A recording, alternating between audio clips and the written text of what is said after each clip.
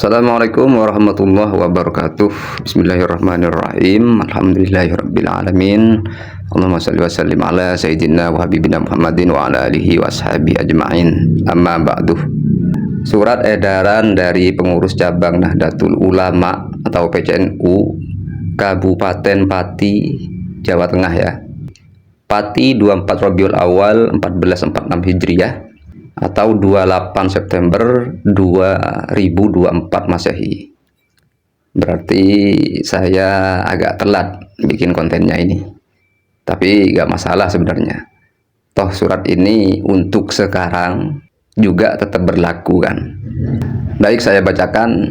Kepada yang terhormat pengurus Nahdlatul Ulama Kabupaten Pati di semua tingkatan di tempat. Surat edaran nomor sekian-sekian, bisa dibaca sendiri, tentang menjaga kondusivitas organisasi. Tentunya organisasi PCNU Kabupaten Pati secara khusus ya, dan mungkin untuk warga NU, semua warga NU secara umum. Assalamualaikum warahmatullahi wabarakatuh. Berdasarkan hasil rapat pengurus cabang Nahdlatul Ulama tanggal 28 September 2024 di kantor PCNU Pati, untuk menjaga kondusivitas organisasi, maka PCNU Pati menghimbau hal-hal sebagai berikut. Apa saja? Poin yang nomor 1, semua pengurus dan warga NU diharuskan menjaga persatuan nasional dalam bingkai ukhuwah Islamiyah, persaudaraan sesama umat Islam, al-muslim akhul muslim, ukhuwah watoniyah, sesama bangsa Indonesia, sesama penduduk Indonesia, dan ukhuwah insaniyah atau basyariyah, sesama manusia. Itu harus dijaga demi tegaknya Islam rahmatan lil alamin, Islam sebagai rahmat pada seluruh alam atau seluruh makhluk. Poin yang kedua, pengurus dan warga NU diwajibkan memuliakan habaib dan ulama. Ingat, diwajibkan memuliakan habaib dan ulama sebagai tokoh panutan dalam ilmu dan perjuangan Islam Ahlus Sunnah wal Jamaah, sebagai amaliyah ulama salafus soleh. Jadi sebagaimana yang sudah menjadi tradisi atau pedoman yang dicontohkan oleh para ulama NU dari dulu, bahwa warga Nahdiyin itu harus atau wajib memuliakan para habaib dan para ulama. Poin yang ketiga, seluruh pengurus dan warga NU diwajibkan untuk bersikap netral dalam menyikapi polemik nasab Bani Alawi atau habaib, baik yang pro maupun yang kontra. Entah netral ini maksudnya gimana ya? Apa tidak memihak pada yang pro atau yang kontra, atau pada yang kontra?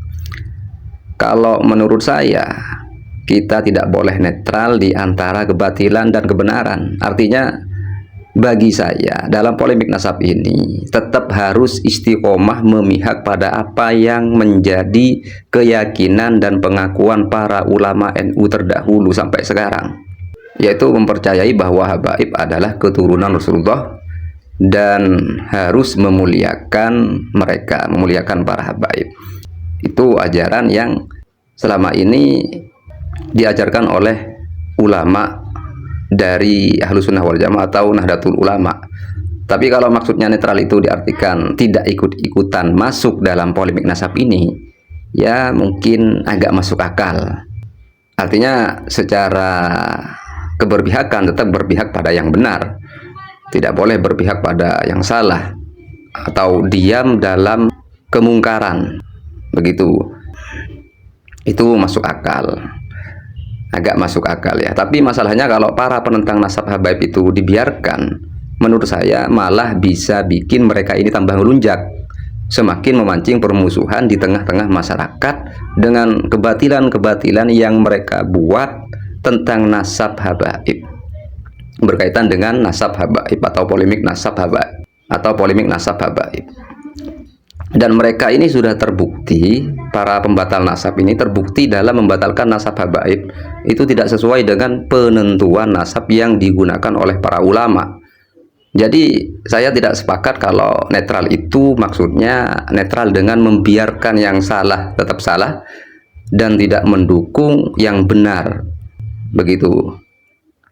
Poin nomor 4, pengurus dan warga NU harus menyampaikan kepada masyarakat luas bahwa kemuliaan seseorang di sisi Allah Subhanahu wa taala bukan ditentukan oleh nasab atau suku maupun ras, tetapi ditentukan oleh ketakwaannya kepada Allah Subhanahu wa taala. Sebagaimana firman Allah dalam surat Al-Hujurat, "Inna akramakum indallahi atqakum." Sesungguhnya orang yang paling mulia di antara kamu di sisi Allah adalah yang paling bertakwa. Tapi perlu juga diketahui bahwa Islam itu juga mengajarkan kalau secara nasab keturunan Rasulullah itu lebih mulia daripada yang bukan keturunan Rasulullah secara nasab. Jadi wajib memuliakan keturunan Rasulullah sebab nasabnya yang mana atau karena nasabnya itu bersambung pada orang yang paling mulia, yaitu baginda Rasulullah SAW. Kan seperti itu. Kemudian poin yang nomor 5, apabila ada dari kelompok masyarakat yang berlebihan dalam perbuatan, misalnya bersikap sombong, berbohong, mengandalkan nasab, caci maki, dan lain-lain, yang bertentangan dengan moral luhur Islam, maka tidak perlu diikuti sesuai dawuh ulama. Ambillah sesuatu yang jernih dan tinggalkan sesuatu yang kotor. Khudh ma sofa wa da' ma kadar. Jadi ini berkaitan dengan perilaku oknum. Yang mana kalau soal perilaku ini bisa terjadi pada siapapun. Bisa terjadi di kelompok manapun, di oknum-oknum di kelompok apapun, manapun. Kalau perilakunya bertentangan dengan akhlak yang diajarkan oleh Rasulullah, tentu tidak boleh dijadikan panutan. Tidak boleh diikuti apapun yang tidak sesuai dengan ajaran Rasulullah. Demikian surat edaran ini kami sampaikan. Atas perhatian dan kerjasamanya kami sampaikan terima kasih. Wallahul muwafiq ila aqwamit thoriq. Wassalamualaikum warahmatullahi wabarakatuh.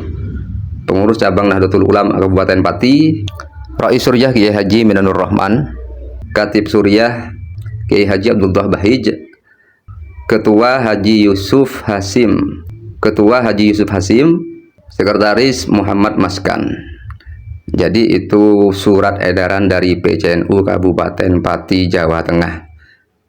Jadi jelas sebagai ahlu sunnah wal jamaah dan NU, kita itu wajib memuliakan para ulama dan para habaib atau keturunan Rasulullah. Ya, semoga ini bermanfaat. Ihdinas siratal mustaqim. Assalamualaikum warahmatullahi wabarakatuh.